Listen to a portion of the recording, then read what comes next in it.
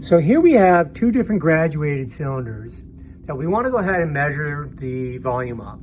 So one of the things that we need to do is we want to put the cylinders on a flat level surface. Second of all, we don't want to read it from up here, because if we read it up here, notice that I'm looking at this cylinder and it's kind of hard to read. I can't quite tell. It looks like it's a little bit below 5, but I'm not 100% sure. We don't want to read it down on an angle, and likewise, we don't want to drop down and get too low. What we want to do is we want to get our eyes so that it's right level with that level of that liquid there. I'm going to turn this around, and what you're going to see here is you should see a very thin line right up here at the top, sort of like a thin disc. That's called a meniscus. And in this photograph, we zoomed up on the meniscus, and you can see the curvature of the liquid, and it appears to be sort of a thin black line at the top of that liquid. And we want to read the bottom of that meniscus, okay? We don't want to read the top of that meniscus. And so when we're reading graduated cylinders, we want to take as much information as we can. So we want to go ahead and estimate a half of the division that I can see. So in this case, I can see that it's in between this 4.6, excuse me, and 4.8.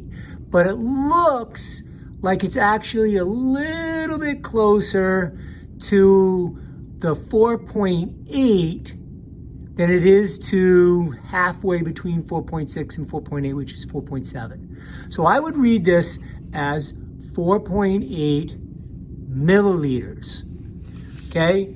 Likewise, same thing here, I adjust. On this one, you don't notice the meniscus as much, it's not as pronounced, just because of the shape of the container, okay? And so we're going to go ahead and we're going to read. You can see very, very barely a very thin line. And so I'm going to read that, and I'm going to read it halfway in between those two smallest divisions. So what you should see is that this reading is in between the 26 and the 27. So I'm going to read this as 26.5 milliliters. And that's how you go ahead and read a graduated cylinder. So let's recap how to read a graduated cylinder. First, place it on a level, flat surface. And second, bring your eye down to the level of the liquid. Third, don't forget to read the bottom of the meniscus. And finally, make sure that you estimate to the nearest half division of the smallest line. Thanks, and have a great time measuring with your graduated cylinder.